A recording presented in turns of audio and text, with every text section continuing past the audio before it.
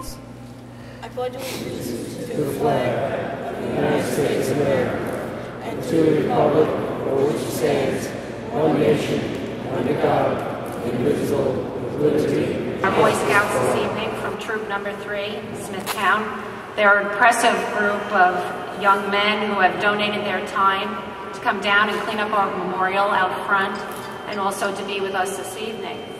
I'd also like to say thank you to our committees whose names is listed in your program, as well as to the Long Island Federation of Labor, to Vic Fusco, who provides our sound here this evening, to IBW Local 25, who comes and sets up the chairs, and to UFCW Local 1500 for the food and refreshments that are provided to us this evening, as well as to our bagpiper, John Martin, from IBW 25 Pipes and Drums, who is mistakenly listed in our program as James. His name is John. Workers' Memorial Day was established in 1989 as an International Day of Remembrance, observed on the anniversary date of legislation establishing the Occupational Safety and Health Administration, OSHA. This year marks the 40th anniversary of OSHA, and I'm pleased to say that we're also joined here today by the Long Island OSHA Assistant Area Director, Maureen Monahan-Fradkin, who has participated in our service for many years. In addition, Irv Miljoyner, who is a District Director from the U.S. Department of Labor, is also in attendance, and thank you for being here. Today marks the 22nd Workers' Memorial Day, and throughout the world services and events are being held, from Canada to Argentina to Brazil to Thailand, where families and co-workers will gather to honor their loved ones who died as a result of a workplace accident or disease. It is a day where we remember the dead, but we continue to fight for the living. In preparing for tonight's service, I came across some statistics that were issued by the International Labor Organization, and to me they were shocking, because each year more than 2 million women and men die as a result of work-related accidents and diseases. Workers around the world will suffer approximately 270 million occupational accidents each year and fall victim to some 160 million incidents of work-related illnesses. Hazardous substances will kill more than 440,000 workers annually, and asbestos will claim the lives of 100,000. One worker dies every 15 seconds worldwide. 6,000 workers die every day. In the United States in 2009, which is the latest figures that are available, 4,340 workers were killed on the job, and another 50 to 60,000 died of occupational diseases. Also, more than 4.1 million workplace injuries and illnesses were reported in private and state and local workplaces. These numbers are staggering, and the sad thing is they do not change. If anything, they are most likely increasing, as many still go unreported. But in spite of OSHA and MSHA, we are still reading and hearing about workplace tragedies far too often. From construction sites to factories to mines to oil rigs, to the recent events in Japan, the stories unfold, most ending terribly. The fact is, we just don't have a construction site, a factory, mine, or oil rig crisis in our country. We have a workplace safety and health crisis in our country. And today is a day we need to reflect on the importance of health and safety at work and recommit ourselves. These numbers and statistics tell us that there is a workplace crisis and workers die needlessly each day on the job. But they are numbers. The stark reality of just how tragic the loss of a loved one is represented by the families and co-workers who have so generously joined us here tonight to share their stories. Over the years, we have heard from too many families who have come to share their stories. They have spoken about the accident that claimed the life of their loved one. And most, if not all of them, could have been prevented. Their pain so real, their lives changed forever. We hope that this service will offer you and your family some peace in knowing that everyone here tonight shares in your pain. And we thank you so much for coming here tonight. But there is a message from each of these families as well. Don't let a paycheck sacrifice safety. Shortcuts should never be taken. and no one should feel threatened or intimidated into performing a task that could take the life or cause injury to yourself or your coworkers. Outside on the steps of this state office building stands the Long Island Workers Memorial Monument, a memorial to the victims of 9/11.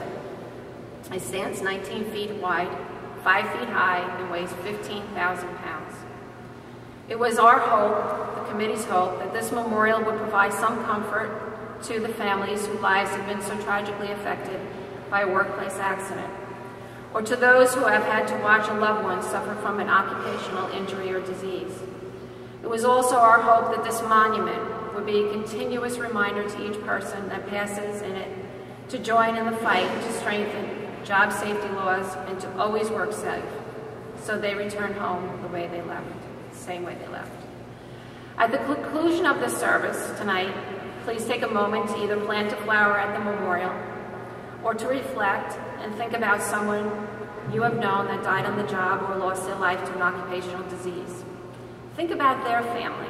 Maybe reach out to them, see how they are doing, because it is far too easy for us to allow our busy lives that we lead to take over, because we should never forget the pain that these families live with each day. Let us keep them close to our hearts, and let us pray for the dead and fight like hell for the living.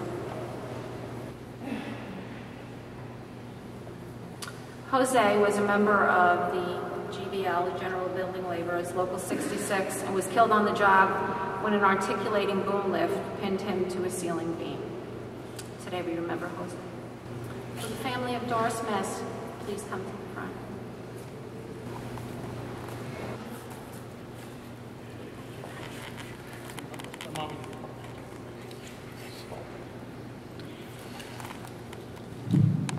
Doris Metz was a school bus driver for the William Floyd School District, and on January 26th at 2:40 in the afternoon, she secured her bus, got out, and left to go to the office. She never made it to the office. Dory was the type of person who was always there for everybody, no matter what. If you were new, old, or indifferent, if there was anything wrong at work that needed to be repaired or reported, Dory was right there, doing it all the time. She is going to be missed, but never forgotten. Will Chief Jonathan Eck please come up front and light a candle for Jeffrey Brykoff?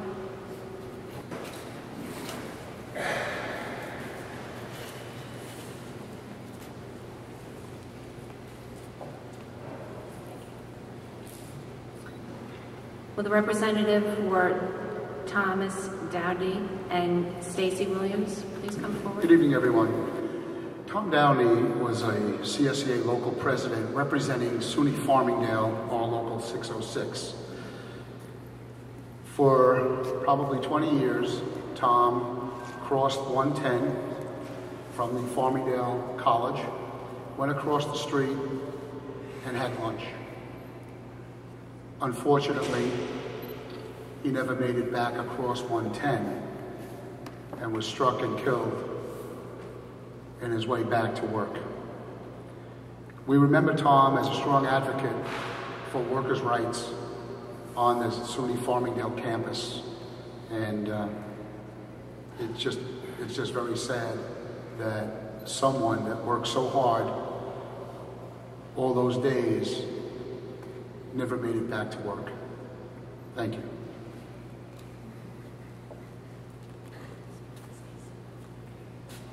Good evening. Stacy Williams was a registered nurse who worked for the National University Medical Center. Perhaps one of the most memorable parts of Stacy's life was the fact that she dealt with troubles all day long. She helped people all day, all the time. That was what she dedicated her life to. But Stacy always had a huge smile on her face. And she was everybody's friend and always comforted everyone she came in touch with. That was what her job was. That's what she enthralled her life with. And unfortunately, in June of 2010, Stacy was a victim of workplace violence and lost her life. She will always be missed by everyone that works for the 3,800 people that work at Nassau University Medical Center, all of the brothers and sisters in Nassau County and CSCA, and the residents of Nassau County who truly have missed a hero. God bless you, Stacy. Thank you. The last candle will be lit for the workers that are unknown to us, but that we honor tonight in our hearts and in our thoughts.